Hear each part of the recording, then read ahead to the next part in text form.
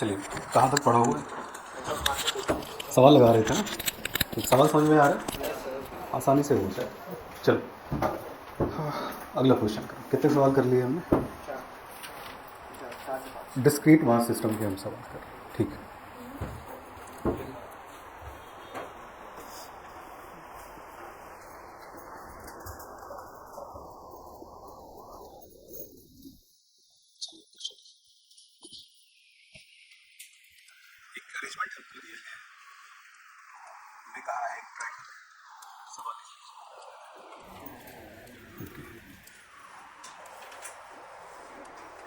This is the triangle.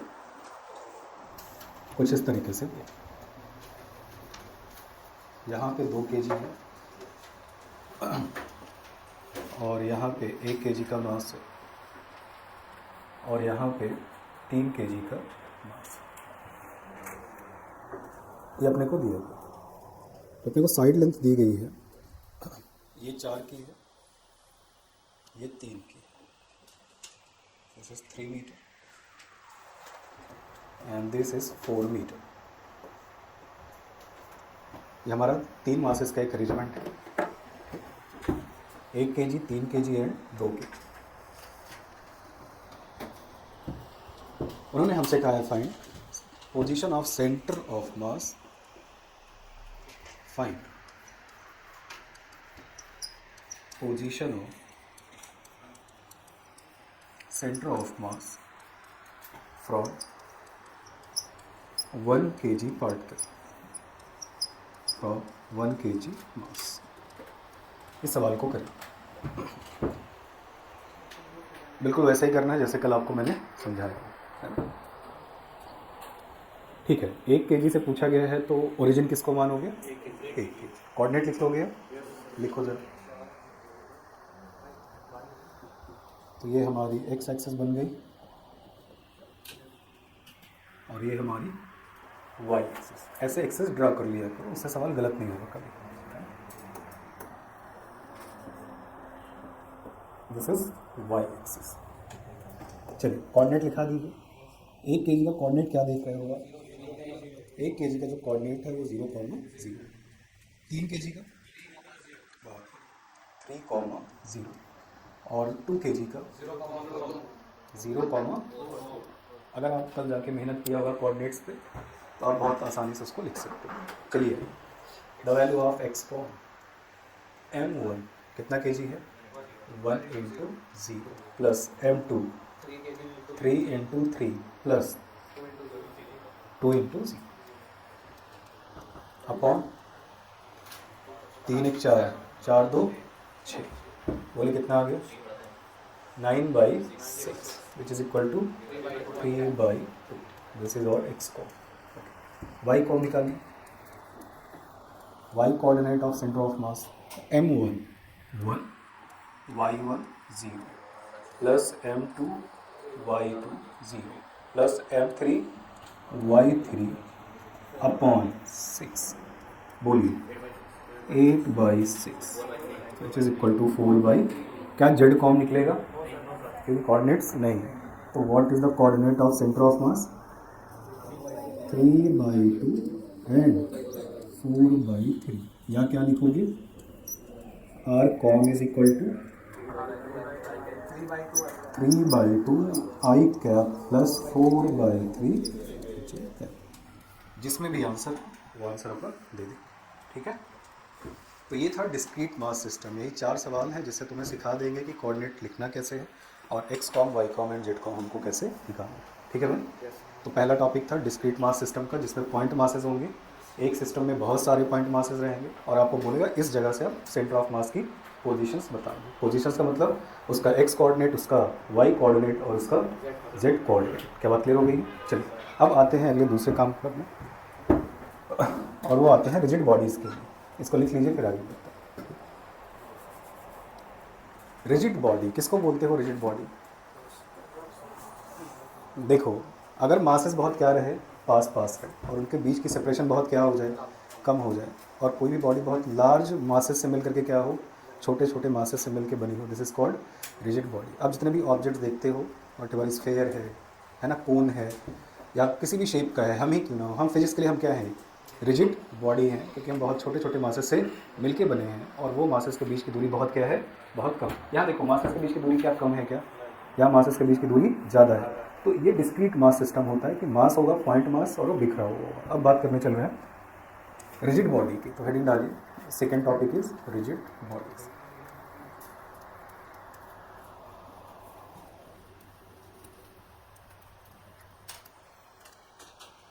Suppose करो हमारे पास एक रिजिड बॉडी,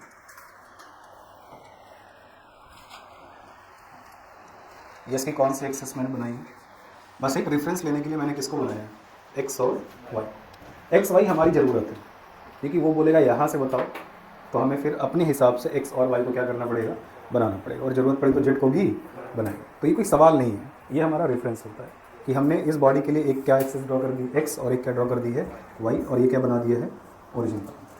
ये एक रिजिड बॉडी है, इसका कोई शेप है, लेकिन जो भी शेप है आप देख रहे हो, इसका जो मास डिस्ट्रीब्यूशन है क्या है, मास डिस्ट्रीब्यूशन, वो मेरे ख्याल से क्या है, नॉन यूनिफॉर्म, एक जैसा नहीं है।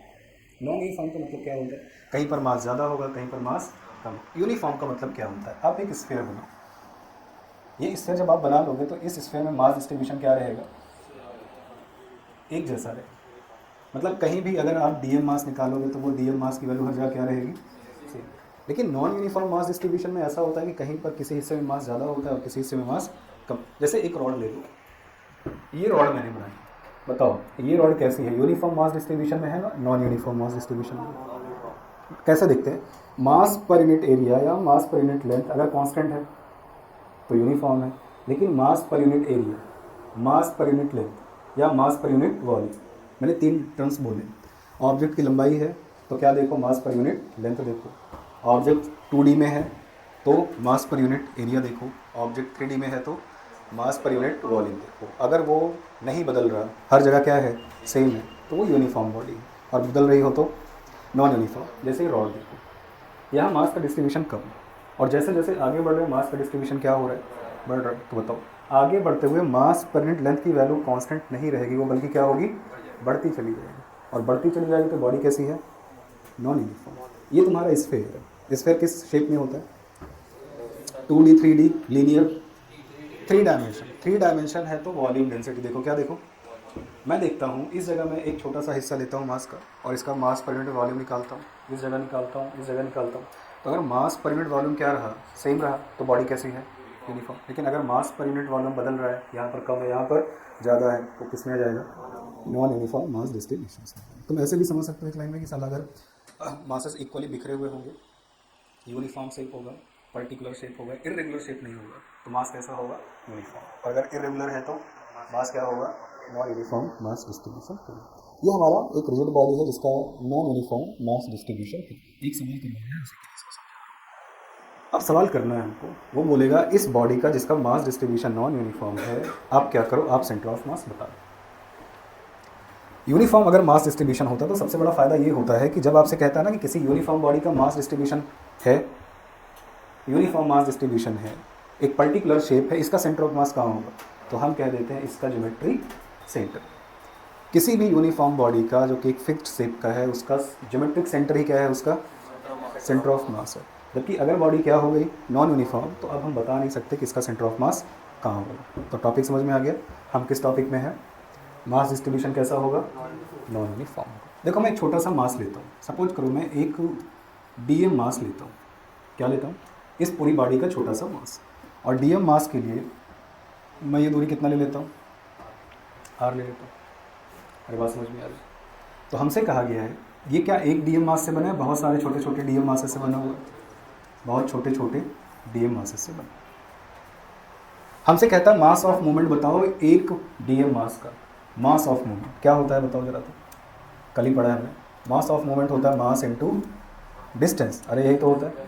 तो अगर मैं एक छोटा सा मास ऑफ मूवमेंट लिखूँ तो मैं कहूँगा dm इंटू क्या लिखूँगा, r, ये तो लिखूँगा। ऐसे कितने मासेस हैं, इन्फाइनाइट मासेस हैं जो कि डीएम डीएम से मिलकर बने हैं, और अगर सबको जोड़ना है, इकट्ठा करना है, तो क्या करना पड़ेगा, इंटीग्रेशन। क्या करना पड़ेगा, इंटीग्रेशन। तो एक डीएम मास का मैंने मास ऑफ मूवमेंट लिखा। अब मैंने उसको जोड़ दिया, जब जोड़ दिया अपॉन यहाँ पे फिर क्या लिखोगे dm और आगे क्या लगा दो integration, this is the position of centre of मास। समझ में आ रहा है भाई? तो अगर आपको पोजीशन ऑफ सेंटर ऑफ मास चाहिए नॉन यूनिफॉर्म का तो आपको ये फार्मूला याद रखना होगा। डीएम मास पकड़ना है आर दूरी पर, तो सबका डीएम इंटू आर एक का मास ऑफ मूवमेंट लिखा, सबको क्या किया जोड़ दिया अपॉन टोटल मास। अरे यही तो होता है।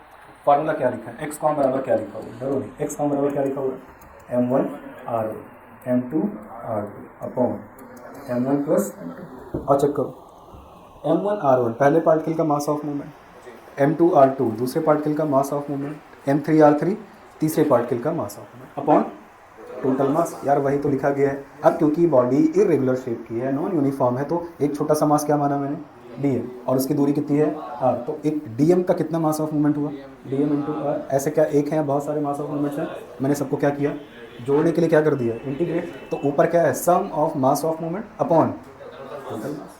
अरे बात क्लियर हो गया। तो this is the formula for non uniform. क्या करना पड़ेगा लिख लो इंटीग्रेशन, छापो।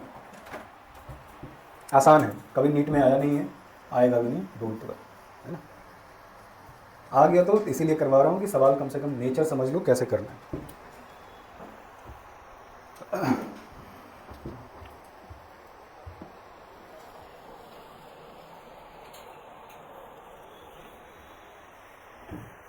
यहाँ लिमिट लगेगी ही लगेगी कि कहाँ से कहाँ तक आपको जोड़ना है, तो डोंट वरी।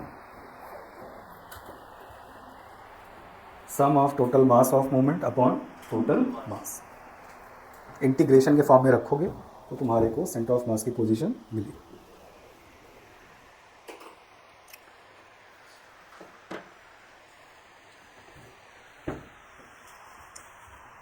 इस बॉडी का टोटल मास कितना था, तो लिमिट कहाँ से कहाँ तक लगी नीचे 0 से, तो यहाँ मास की लिमिट होगी और यहाँ पोजीशन।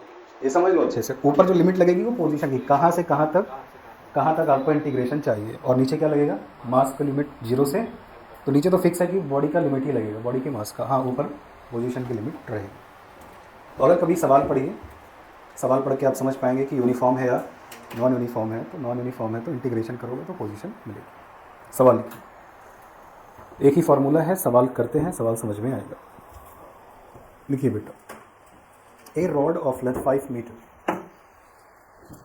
उन्हें हमसे सवाल पूछा है कि एक रॉड है of length, a rod of length 5 metre is placed along x-axis, is placed along x-axis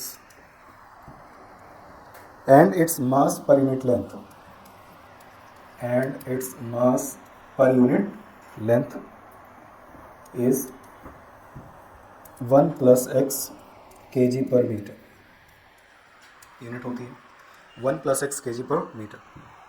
Find distance of center of mass, find distance of center of mass from 1 end।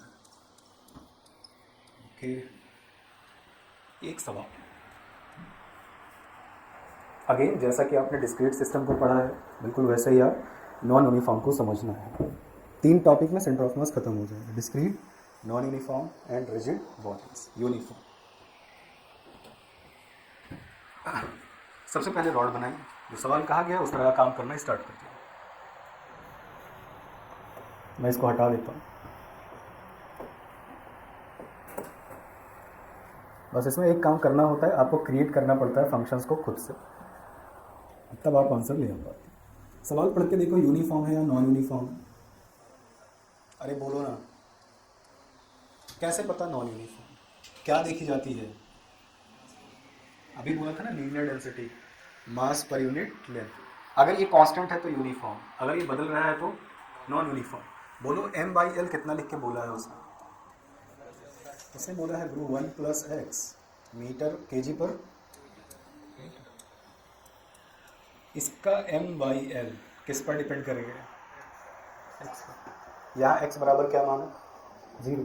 अब तुम आगे बढ़ो तो x की value क्या होगी तो m by L भी, इसका मतलब रॉड आगे जाते हुए थिकनेस क्या होती जाएगी, बढ़ती जाएगी। यूनिफॉर्म या non uniform, non uniform. Okay, तो नॉन यूनिफॉर्म है तो एक फॉर्मूला, सवाल कोई सा भी होगा एक ही फार्मूले पे आप आंसर कर पाओगे। अब क्रिएट करते हैं, कैसे क्रिएट करते हैं देखो, यहाँ से ओरिजिन बना दिया है आपको, अच्छा किया। अब एक छोटा सा हिस्सा पकड़ो, हम मानते हैं ये हिस्सा कितनी लेंथ का है, dx, बहुत ध्यान से सुनो, एक छोटा सा टुकड़ा पकड़ते हैं, कितनी लेंथ का, dx। उस dx की लेंथ का मास कितना अज्यूम करते हैं, dm, और ये कितनी दूरी पर है, x। अगर ये तीन काम तुम कर लोगे तो सवाल इंटीग्रेशन का क्रिएट हो जाएगा। एक छोटा सा टुकड़ा पकड़ो, उसकी लेंथ क्या अज्यूम की, dx, उसका मास क्या अज्यूम किया, dm, और ओरिजिन से कितनी दूरी पर है, अरे बोलो ना वो हिस्सा, अब सब भूल जाओ, सबसे पहले dm की वैल्यू लिखिए। What is the value of dm,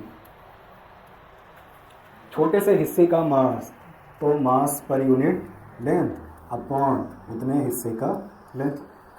100 बार कर चुका है काम। अगर आपको कोई रॉड दी गई है तो आप पहले रॉड की मास पर यूनिट लेंथ निकाल लो, फिर कितने हिस्से की लेंथ चाहिए, 2 सेंटीमीटर की, 2 से गुणा करो, 5 की चाहिए तो 5 से, तो m बाई एल इंटू कितनी लेंथ के लिए मास चाहिए, dx। m बाई एल की वैल्यू बोलो 1 प्लस एक्स, आगे क्या आ गया, this is the value of, और ये कितनी दूरी पर है, अरे बोलो ना, x दूरी पर, कितनी दूरी पर है, तो जहाँ dm है वहाँ क्या प्लेस करूँगा, और जहाँ r है वहाँ क्या प्लेस करूँगा, x। तो मेरे ख्याल से मेरा आंसर तो बन गया है, और वो बना है position of centre of mass is equal to, हाँ बेटा कितना लिखूँ dm की जगह, 1 प्लस एक्स, आगे क्या होगा dx, फिर आगे क्या होगा x। अरे dm इंटू आर होता है ना, तो dm की जगह 1 प्लस एक्स dx लिखा, r की जगह कितना लिखा, x। कहाँ से कहाँ तक इंटीग्रेशन है, 0 से 5, क्योंकि ये लेंथ कितने मीटर की है, 5, तो यहाँ 0 और यहाँ 5 अपॉन dm कितना, 1 प्लस एक्स dx। यहाँ लिमिट कितनी, यहाँ भी लिमिट 0 से कितनी रहेगी, अरे पागल है, फंक्शन किसका है, x का है ना, यहाँ लिमिट भी 0 से 5, तो टोटल मास आ जाए, यहाँ काटो, ये m की लिमिट नहीं होती है भाई, ये वही लिमिट होती है जो कि आप लेंथ की रखते हो, तो सही कर लेना, tm। इंटीग्रेट करो, आंसर लेके आओ, करो बेटा, x अंदर मल्टीप्लाई कर दो ना, तो क्या बन गया, x प्लस एक्स स्क्वायर, आगे क्या होगा ना dx, फ्रॉम 0 से 5 अपॉन 1 प्लस एक्स dx, कहाँ से कहाँ तक, टोटल मास 0 से 5। इंटीग्रेट करो, पहले टर्म का इंटीग्रेशन एक्स स्क्वायर बाई 2, दूसरे का बाई 3 अपॉन, लिमिट बोलो 0 से 5, नीचे 1 का इंटीग्रेशन x, अरे 1000 बार बोला है, 1 के साथ x आ जाएगा, और x के साथ,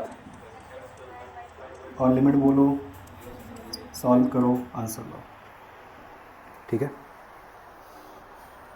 दिस इज योर क्वेश्चन, ये सवाल है नॉन यूनिफॉर्म, करिए और आंसर बताइए कितना है।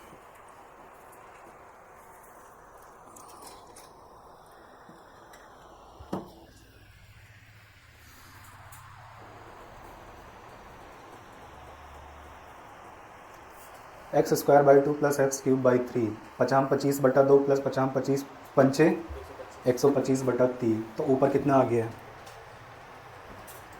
ऊपर आ गया है, हाँ बेटा ऊपर कितना आ गया, 25 बटा 2 प्लस 125 बटा 3, और नीचे कितना आ गया, 5 प्लस 25 बटा 2, सही है, 5 प्लस 50 25 25 बटा, सॉल्व करो, हाँ बेटा 40/21, चेक करो, फिर से चेक करो,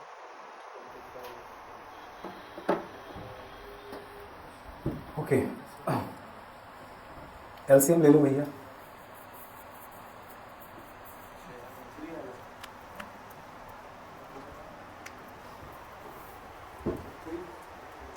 हाँ 3,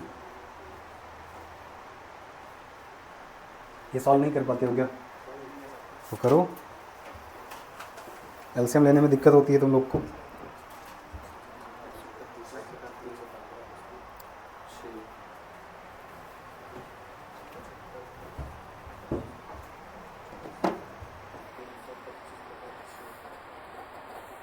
तो अरे यार ये कितना एलसीएम ले लें? 6 ले लें।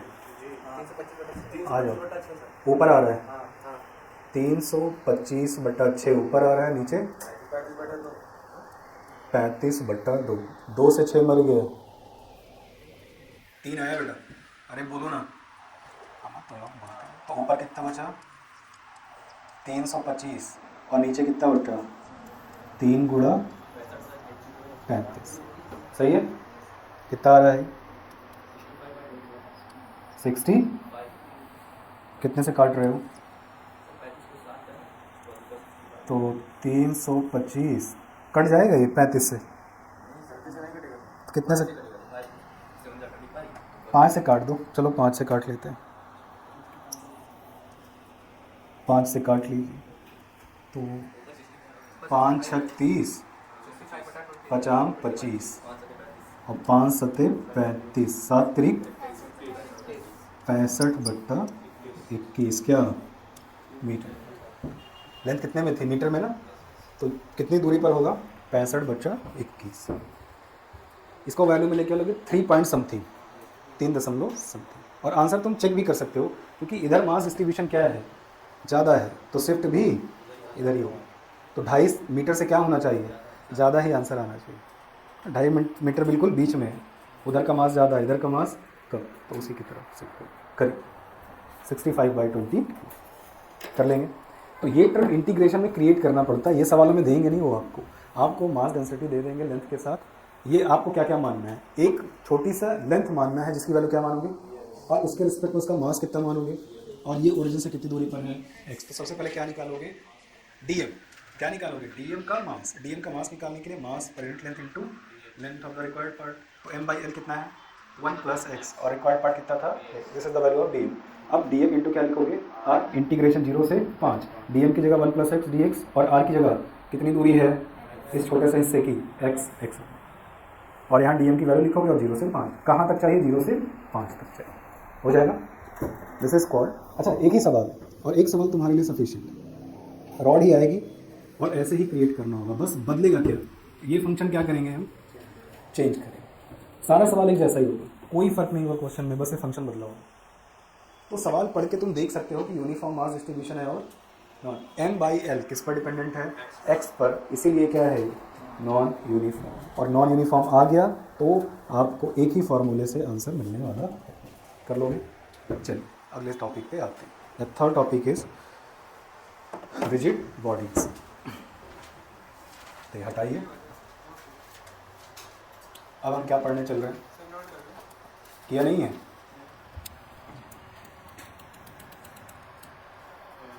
खत्म, देख लेना यार किसी से। चलिए,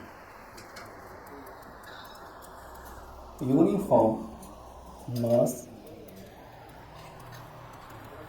distribution. Uniform mass distribution.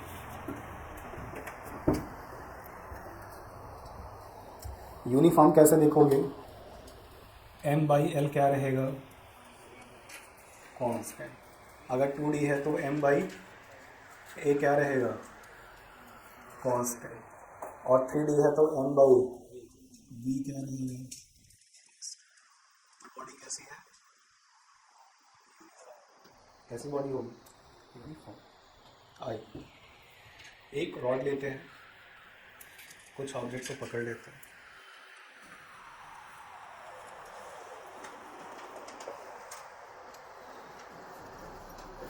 This is the rod.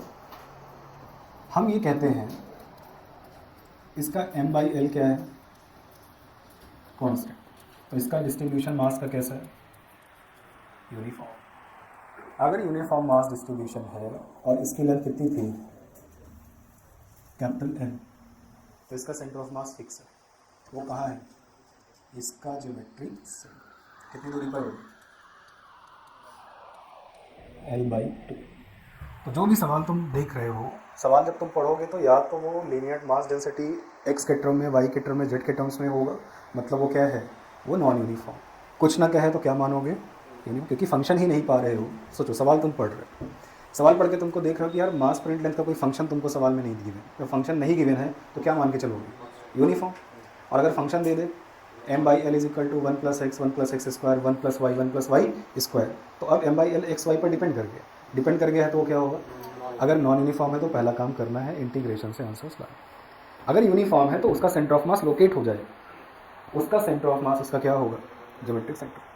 हर उस बॉडी का, हर उस रिजिड बॉडी का जिसका मास डिस्ट्रीब्यूशन यूनिफॉर्म है और उसका एक जो फिक्स शेप है, उसका सेंटर ऑफ मास भी क्या होता है, उसके ज्योमेट्रिक सेंटर पे होता है। जैसे रॉड का सेंटर ऑफ मास कहाँ होगा, उसका ज्योमेट्रिक सेंटर, तो इसका सेंटर कितनी दूरी पर होगा, एक एंड से L/2। अगर स्फीयर है तो उसका मास कहाँ होगा, सेंटर ऑफ मास उसके ज्योमेट्रिक सेंटर। ये रेडियस कितनी है, R।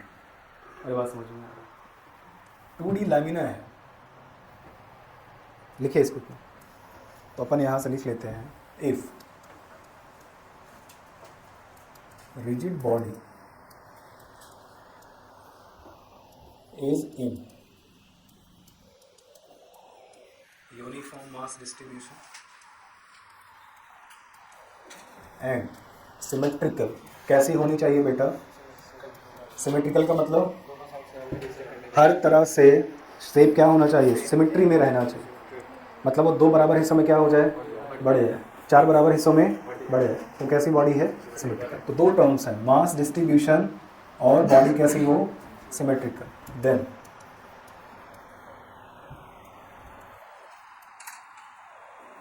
देन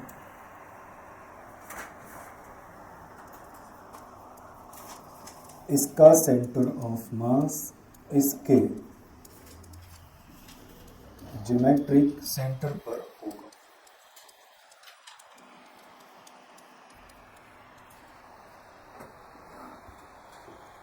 अगर कोई रिजिड बॉडी है जिसका मास डिस्ट्रीब्यूशन यूनिफॉर्म है और जो कैसी है, सिमेट्रिकल है, तो उसका जो सेंटर ऑफ मास होता है उसके ज्योमेट्रिक सेंटर पर होता है।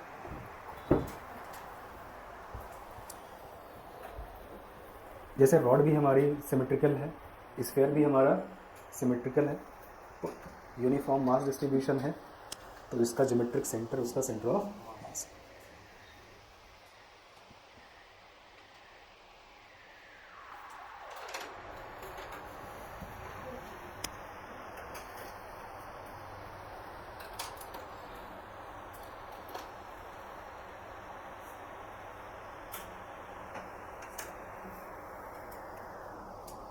ठीक है भाई। अब कुछ ऐसी भी बॉडीज हैं जो कि सिमेट्रिकल नहीं है, जैसे कि कौन सिमेट्रिकल, नीचे मास ज़्यादा होता है ऊपर मास, तो 2-4 के तुम याद रख लो ताकि कभी ज़रूरत पड़े तो अप्लाई कर सको, ताकि निकालना ना पड़े, है ना। लिख लिया इसको, अरे लिख लिया है क्या, ठीक है।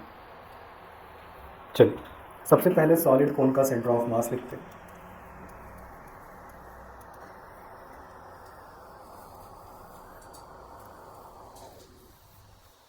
ये हमारा सॉलिड कोन है, कोन की हाइट कितना अज्यूम्ड है, h। रेडियस कितनी है कॉइन की, कोन की रेडियस कितनी है, कैपिटल R। तो वो कितनी हाइट पर होगा बेस से, ये उसका सेंटर ऑफ मास होगा, और वो h/4 पर होगा अपने बेस से। बेस से h/4 पे है तो टॉप से बोलना भाई 3h/4 पर उसका सेंटर ऑफ मास लोकेटेड है। सॉलिड हेमिस्फीयर,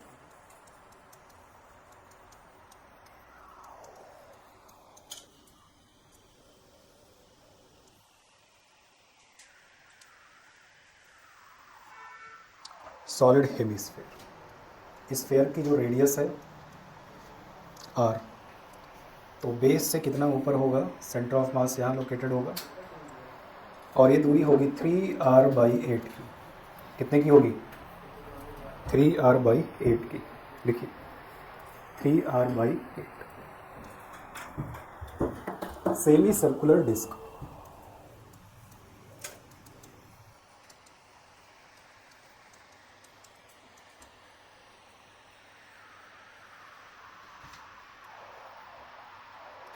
ये डिस्क है, डिस्क की रेडियस कैपिटल आर है। तो इसका जो सेंटर ऑफ मास होता है अपने सेंटर से, वो होता है 4r/3π। सेंटर से ऊपर उठिए, यहाँ पे कहीं होगा सेंटर ऑफ मास, कितना होगा 4r/3π। याद रहेगा तो बेहतर है, कभी कभी डायरेक्ट क्वेश्चंस आते हैं, सवाल हो जाए। Next is half ring.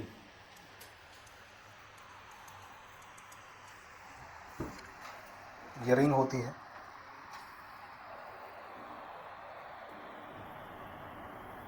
Half ring, ये इसका सेंटर, ये इसकी रेडियस आर। तो इसका सेंटर ऑफ मास अपने जो सेंटर होता है वो होता है 2r/π।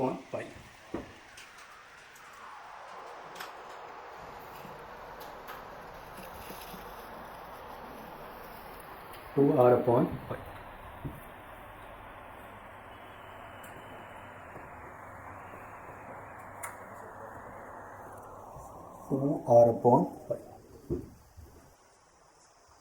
बनाए।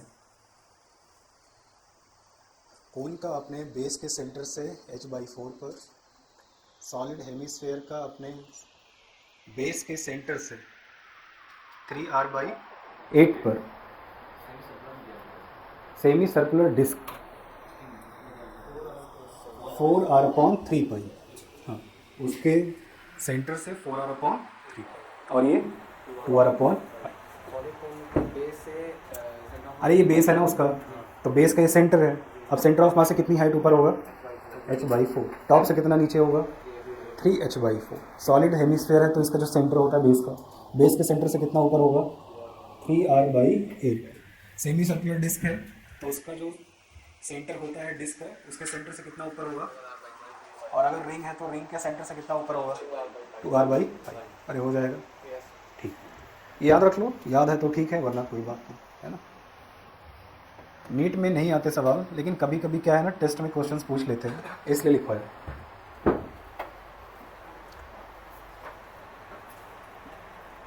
हो गया भाई। तो ये कुछ फिक्स हैं, उनको याद रख लो। सवाल पे आते हैं, चलो। तो पहला टॉपिक है डिस्क्रीट मास सिस्टम, दूसरा है नॉन यूनिफॉर्म इंटीग्रेशन के साथ, तीसरा हम पढ़ने चल रहे हैं। यूनिफॉर्म में अगर बॉडी कैसी है, यूनिफॉर्म मोशन शेप में है और सिमेट्रिकल है, तो उसका सेंटर ऑफ मास कहाँ होगा। हाँ, ये बातें याद रखो कि यूनिफॉर्म मास डिस्ट्रीब्यूशन में आपकी बॉडी है और सिमेट्रिकल है, तो उसका जो सेंटर ऑफ मास होता है उसका ज्योमेट्रिक सेंटर। तो स्फीयर का सेंटर ऑफ मास निकालना नहीं है आपको, पता है उसका ज्योमेट्रिक सेंटर। डिस्क है तो उसका ज्योमेट्रिक सेंटर। अरे यही डिस्क क्या हो जाती है कंप्लीट, तो उसका सेंटर ऑफ मास कहाँ होगा, उसका ज्योमेट्रिक सेंटर। अरे बात क्लियर हो गई। चलिए पहला सवाल, ठीक है। सवाल से सिखाता हूँ कि रिजिड बॉडीज़ के सवाल कैसे होते हैं, और नीट के लिए यही सबसे इम्पोर्टेंट क्वेश्चन है। पूरे सेंटर ऑफ मास में ये सबसे इम्पोर्टेंट होता है, क्योंकि बहुत बार सवाल आए। सवाल लिखिए,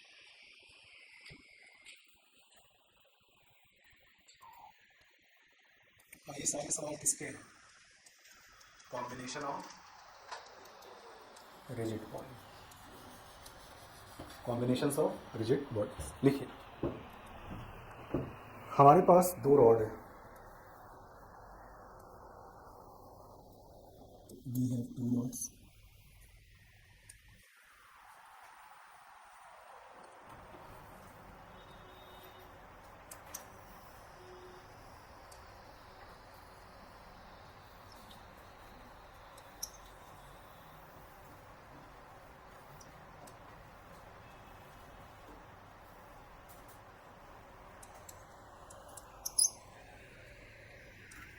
बनाए, इस रॉड की लेंथ 2L है, इस रॉड की लेंथ L है।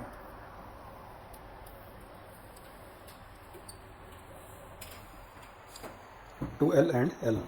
एक का मास M है, इस रॉड का मास कितना है M, और इस रॉड का मास कितना है 2।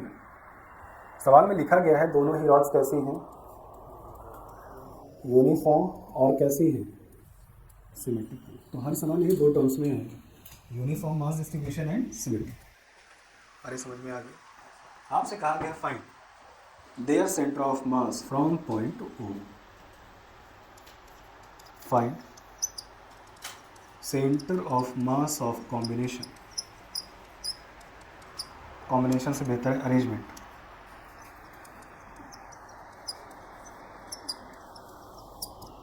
From point O.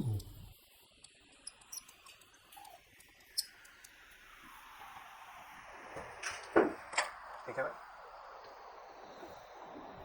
T shape की रॉड है कॉम्बिनेशन की, इसमें दो रॉड्स हैं और हमसे कहा गया है कि इनका सेंटर ऑफ मास बताइए ओ से। तीन बातें याद रखो, कोई भी सवाल वेट बॉडी के कॉम्बिनेशन का हो जाए। अगर तुमसे कहा है ओ से बताइए, तो अब ओ से कितनी एक्सेस ड्रॉ करिए, दो। एक कौन सी एक्सेस और एक कौन, मेरे ख्याल से इस सवाल में हमने दो एक्सेस ड्रॉ की, एक्स एंड। पहला काम आपको करना है सवाल करने के लिए, locate their centre of mass. कितनी बॉडीज हैं, अरे कितनी बॉडीज हैं, दो। पहले आप दोनों बॉडीज का सेंटर ऑफ मास लोकेट करो, इंडिविजुअल लोकेट करते हैं। पहले का सेंटर ऑफ मास उसका ज्योमेट्रिक सेंटर, दूसरे का सेंटर ऑफ मास उसका ज्योमेट्रिक सेंटर। ये तुम्हारी क्या बन गई है, ओरिजिन। ठीक है ना। तो पहला काम है कि इंडिविजुअल बॉडीज का सेंटर ऑफ मास लोकेट करो। उसके बाद दूसरे काम में करो और उनके क्या लिखो, इंडिविजुअल सेंटर ऑफ मास के कोऑर्डिनेट्स। कोऑर्डिनेट ऑफ इंडिविजुअल, पहले का कोऑर्डिनेट लिखो 0, गलती मत कर दें क्योंकि वाई एक्सेस पे है, एक्स पर वैल्यू नहीं। और दूसरे का 0,2l। थर्ड में आंसर लाए, आंसर्स कैसे लाना है, अब भूल गए ये सब। एक मास कहाँ देखिए, यहाँ पर एक मास कहाँ देखिए, यहाँ पर। ये तुम्हारी क्या बन गई, ओरिजिन। तो सेंटर ऑफ मास कहाँ होगा, इन दोनों के बीच में। अरे अब रॉड हटा दो, अब रॉड की जगह 2 पॉइंट मास अज्यूम करो। ये कितने मास का अज्यूम करो, 2m। ये कितने का अज्यूम करो, m। 2m, m के बीच में तो सेंटर ऑफ मास होगा। ये तुम्हारा क्या है, ओरिजिन। मैं x कौन निकालूँ या y को, x मान क्यों निकालूंगा, वहाँ पर तो मास डिस्ट्रीब्यूशन है ही। y कौन, पहले का मास बोलो m, पहले के कोऑर्डिनेट बोलो l/2, दूसरे का मास बोलो, दूसरे के कोऑर्डिनेट्स बोलो 2l या l। माफ़ करना, ये कितना होगा, अरे ये लेंथ कितनी है बेटा, l अपॉन, बोल बेटा 3m, ml/2 plus 2ml divided by 3m। बोलो 2 दूनी 4, 5ml/ कितना 6m, कितना आ गया 5l/6। तरीका सीख लो, तरीका सीख लोगे तो कोई भी सवाल बहुत आसानी से डील कर पाओगे।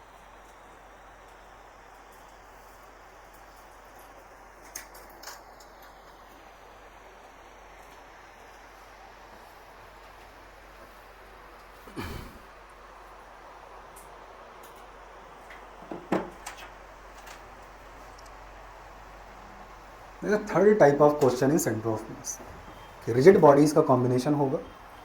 आपको पहले इंडिविजुअल बॉडीज़ का सेंटर ऑफ मास लोकेट कर देना है, फिर उनके क्या लिख लेने हैं, ओरिजिन से जहाँ से सवाल पूछा गया कोऑर्डिनेट्स लिख लेने हैं और पुराना काम करना है। m1 y1 plus m2 y2 upon m1 plus m2। x क्यों नहीं निकाला मैंने, क्योंकि x पर किसी का सेंटर ऑफ मास, अगर किसी ऑब्जेक्ट का x पर सेंटर ऑफ मास होता तो मैं उस सिस्टम का x कोऑर्डिनेट भी निकालता, बट अभी नहीं निकाल रहा क्योंकि x पर किसी का भी सेंटर ऑफ मास डिस्ट्रीब्यूटेड नहीं। तो यहाँ पे कितने सेंटर ऑफ मास आइडेंटिफाइड है, एक तो इंडिविजुअल बॉडीज़ का और एक पूरे सिस्टम का। वो किसके लिए निकाला है तुमने? 5L/6। ये पूरे सिस्टम का सेंटर ऑफ मास लोकेटेड है कहाँ से? ओरिजिन से। किस एक्सिस पर है ये? वाई पर कितनी दूरी पर? 5L/6 पर। आई थिंक कहीं यहाँ पहुँच रहा होगा, अगर समझ में आ रहा है। तो पहले इंडिविजुअल सेंटर ऑफ मासेस, फिर उनके कोऑर्डिनेट्स, और फिर सिस्टम का सेंटर ऑफ मास। अगर ये काम तुम कर सकते हो रिजिड बॉडीज़ के कॉम्बिनेशंस में, तो अब तुम सेंटर ऑफ मास का कोई भी सवाल लगा सकते हो। जैसे हमने क्या बोला, डिस्क्रीट के लिए क्या बोला? डिस्क्रीट में पहले तो कोऑर्डिनेट लिख लो, फिर एक्स कॉम, वाई कॉम और जेड कॉम, क्योंकि वहाँ पॉइंट मास था, तो जहाँ पॉइंट मास था वही उसका सेंटर ऑफ मास था। ये पूरी एक रिजिड बॉडी है, ये एक यूनिफॉर्म मास डिस्ट्रीब्यूशन है, ये सिमेट्रिकल है।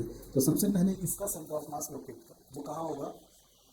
उसका ज्योमेट्रिक सेंटर, फिर उसके कोऑर्डिनेट्स लिख लो। अब रॉड और हटा दो, 2 पॉइंट मास अज्यूम करो, एक कितने का? m का, एक कितने का? 2m का। इसका कोऑर्डिनेट 0,L/2, इसका कोऑर्डिनेट 0,L। ओरिजिन कहाँ है? O। मास डिस्ट्रीब्यूशन किस एक्सिस पर है? y। तो मैंने क्या निकाला? y का m1 इंटू उसका coordinate L/2 plus m2 into उसका कोऑर्डिनेट अपॉन टोटल मास। अरे समझ में आ गया? अगला सवाल खुद तुम करो, ठीक है ना? चलो, द नेक्स्ट क्वेश्चन इज, हमारे पास एक रॉड है, कुछ इस शेप की है।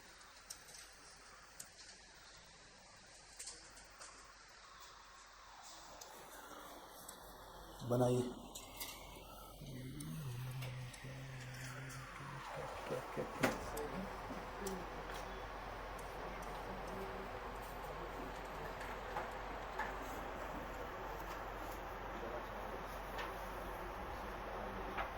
अरे ये काम करने से तो बेहतर है ना, मैं ऐसे ही बना देता हूँ।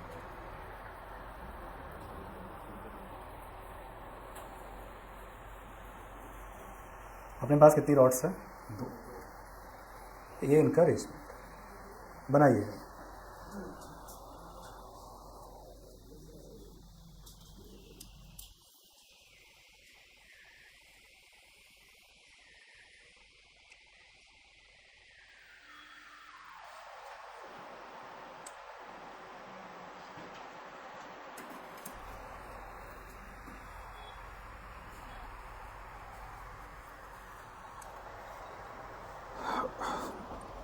मासेस लिख लीजिए। इसका भी मास m है, लेंथ l है। इसका भी मास m है, लेंथ l है। आपसे कहा गया है ये आपकी ओरिजिन है, इन सिस्टम का सेंटर ऑफ मास लोकेट कर दीजिए। Find the centre of mass of arrangement. तो ये कौन सी एक्सेस बन गई लाल? और ये कौन सी एक्सेस हो गई? इसमें तो कोई दिक्कत आपको होनी नहीं चाहिए। बड़े, ये लेंथ कितने का है? तो इसका सेंटर ऑफ मास कहाँ होगा? इसका ज्योमेट्रिक सेंटर। सही है बेटा? कोऑर्डिनेट लिखो। इसका कोऑर्डिनेट होगा 0, अरे सही है ना बेटा? लेंथ कितनी है? L/2 क्या कर रहा है? गड़बड़ करवा देगा। L/2, 0। और इसका कितना होगा? 0, अब तो आंसर आ गया ना। तो इसमें y कौन निकालना है, x कौन निकालना है? दोनों निकालो, क्योंकि y पर भी है और x पर। निकालो, फटाक से निकालो, सोच क्या रहे हो गया कॉन्सेप्ट बेटा। दिमाग में रिपीट करो बार बार। सबसे पहले अरेंजमेंट देख लेना है, हर इंडिविजुअल ऑब्जेक्ट्स का सेंटर ऑफ मास लोकेट करना है, उसके कोऑर्डिनेट्स लिखने हैं, ओरिजिन से देख करके कोऑर्डिनेट लिखना है, और फिर वो पुराना काम करना है।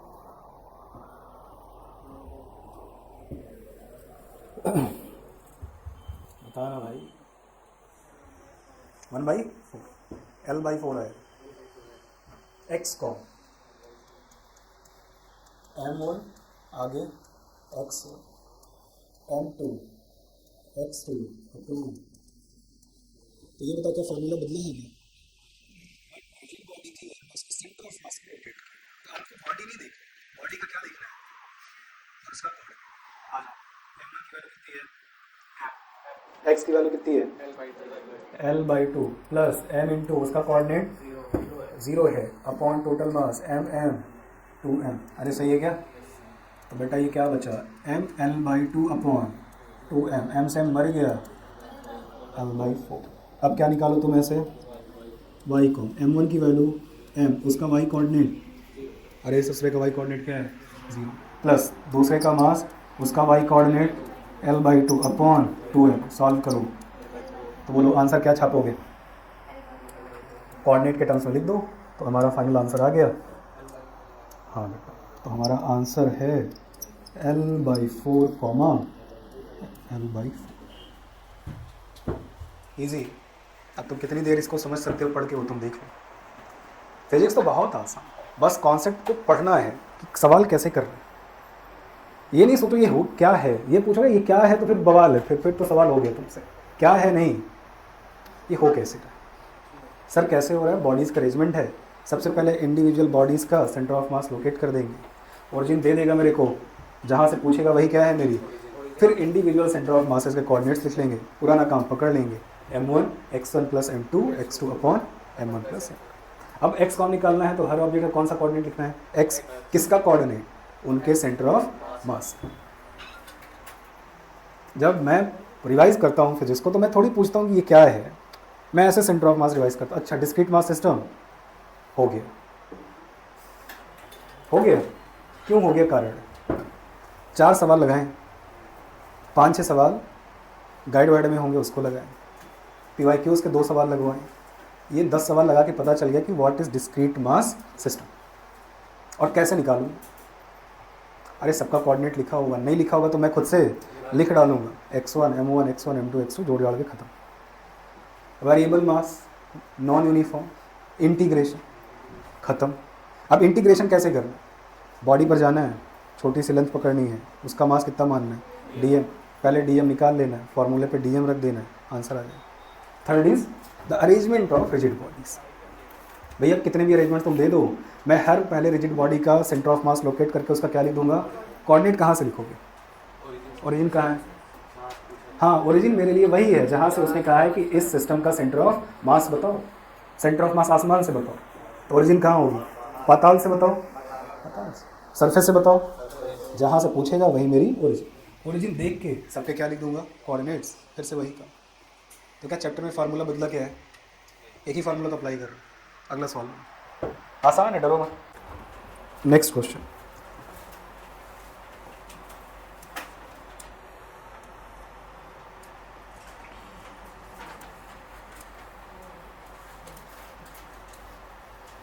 इस बार उसने 4 रॉड दी है, पहली रॉड, दूसरी रॉड, तीसरी रॉड एंड फोर्थ रॉड। ये 4 रॉड्स का कॉम्बिनेशन, ठीक है भैया।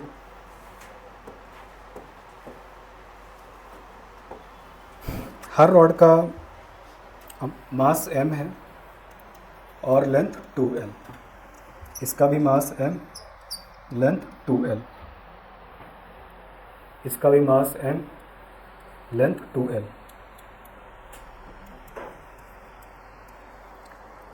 इसका मास m बाई 2 और लेंथ l।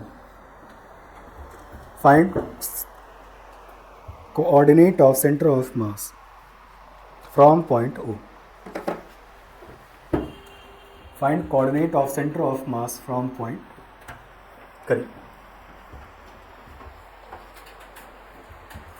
कितनी रॉड्स हैं, 4 रॉड्स, इंडिविजुअल कोऑर्डिनेट लिखिए।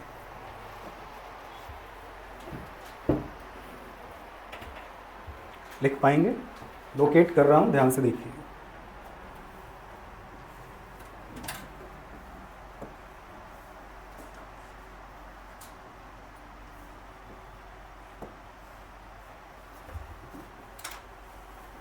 आइए लिखा दीजिए, कितना l कॉमा, अब ये पूरा कितना है, तो ये कितना कॉमा, लिखा दीजिए। y एक्सेस पर है तो जी, अरे ये कौन सी एक्सेस बन गई, y ड्रॉ कर लिया करो, ये कौन सी बन गई x, क्योंकि ये क्या थी तुम्हारी ओरिजिन। इसका लिखा दो बेटा, पागल हो गए हो, कहाँ है ये, यहाँ कितनी लेंथ है? 2L। कहाँ है यहाँ? इतना, इतना कितना? 2L कॉमा इसका लिखा दो। ये कितना है? अरे बताना L। तो ये कितना है? ये कितना है? क्या इसका x कोऑर्डिनेट ये है? ये कितना है? L/2, 2L minus L/2। x coordinate कितना आ गया? 2L minus L/2, 3L/। तो इसका x कोऑर्डिनेट हो गया 3L/2 और y कोऑर्डिनेट ये कितनी है लेंथ? 2। आंसर है, बस यही करना है। ओके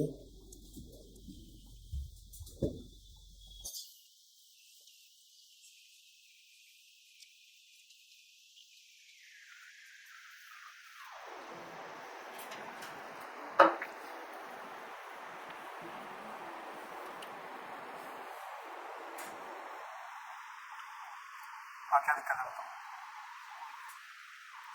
वो तो बेटा समझना पड़ेगा, कितनी बार समझाऊँ? हर सवाल को ना बार बार लिखो। देखो हर कोऑर्डिनेट कहाँ से लिखा जाता है, एक बार सारे लोग देख लो। कहाँ से लिखा जाता है? कोऑर्डिनेट का मतलब होता है जो तुमने सेंटर ऑफ मासेस लोकेट किए हैं वो कहाँ पड़ रहे हैं, एक्स पर क्या वैल्यू है और पहली रॉड का ये सेंटर ऑफ मास है, तो इसका कोऑर्डिनेट क्या है? ये पूरी लेंथ कितनी है? तो ये बिल्कुल बीच में होगा, तो ये एक्स एक्सिस पर है बेटा, तो इसका एक्स कोऑर्डिनेट क्या हो गया? L। और जो पार्टिकल एक्स पर होता है उसका वाई कोऑर्डिनेट क्या होता है? जो वाई पर है उसका x0, तो 0 कॉमा, क्योंकि ये कितना है? 2L। ज्योमेट्रिक सेंटर पे इसका सेंटर ऑफ मास है और सेंटर ऑफ मास का कोऑर्डिनेट कितना है इसका? 0 कॉमा। इसका लिखना है, बोलो ओरिजिन से इसकी x की दूरी कितनी है और ओरिजिन से इसकी y की दूरी कितनी है? ये कितना है? 2L। तो क्या बीच में होगा? कितना? L पर। तो इसका कोऑर्डिनेट है 2L कॉमा, इसका निकालना था। इसका y कोऑर्डिनेट कितना होगा? अरे ओरिजिन से कितनी दूरी पर है? 2L पर, तो y कोऑर्डिनेट क्या हो गया? तो इसका x कोऑर्डिनेट चाहिए, इसका x कोऑर्डिनेट क्या यहाँ कहीं होगा? ये कितना होगा? L/2। तो इस पूरे लेंथ में से कितना घटा दो? L/2, तो किसका कोऑर्डिनेट मिल जाएगा? तो 2L माइनस L/2, 3L/। चल कितना आ गया बेटा? तो x कॉम, हाँ M1, x1, M2, x2, M3, अरे 2M है ना, ML, M2L। ये कितना है? M/2 और आगे 3L/2 और चौथा M × 0 अपॉन टोटल मास M/2, तो 3M प्लस M/2। अरे सही है ना? 3M प्लस सॉल्व करो। What is the value of x com? ml 2ml 3ml, अरे बोलना 3ml और 3ml/4, 3ml plus 3ml/4 upon 7m/ LCM ले लो, 4 3 12 3 15 ml/4 डिवाइडेड बाई 7m/2। 2 से 4 मर गया, 2 आ गया, सही है बेटा, और m से m मर गया, आ गया 15L अपॉन 7 दूनी, this is x coordinate. y निकाल सकते हो, निकाल दो। What is the value of y coordinate? y का आई थिंक m,0, हाँ बेटा। दूसरा m × L, तीसरा M/2 × 2L और चौथा ना, हाँ M × L अपॉन आएगा तो यही ना 7m/2। बोलो कितना आ गया y को? 0 ml ml 2ml 3ml। अरे बेटा 2 से 2 मर गया ना, अबे तो ये ml और ये ml 3ml 7m/2, m से m मर गया, 3 दूनी 6L/7। ठीक रहेगा भाई, तो आज घर जाइए। कॉपी के सवाल अच्छे से करेंगे, कोऑर्डिनेट सीख लेंगे कई बार लगा लगा के, कल आएंगे तो कल सेंटर ऑफ मास निकालने का टॉपिक क्या हो जाएगा, कंप्लीट। ठीक है, मैं आपको क्वेश्चन नहीं दे रहा, क्वेश्चन तब तक मॉड्यूल के नहीं लगाएंगे जब तक कि कॉपी का हर सवाल आपको आ ना जाए। आ ना जाए का मतलब बिना देखे क्या कर सकें आप, कर सकें। एक बार कॉपी के सवाल अगर बिना देखे आप करने लग गए, पहले देख देख के करेंगे फिर बिना देखे करेंगे, अगर बिना देखे लगने स्टार्ट हो गए मतलब आप मॉड्यूल अब लगा सकते हो। 10 सवाल करोगे तो 7 से 8 सवाल अब बनेंगे, वही काम आपको करना चाहिए। चलिए, कोई डाउट है आकर के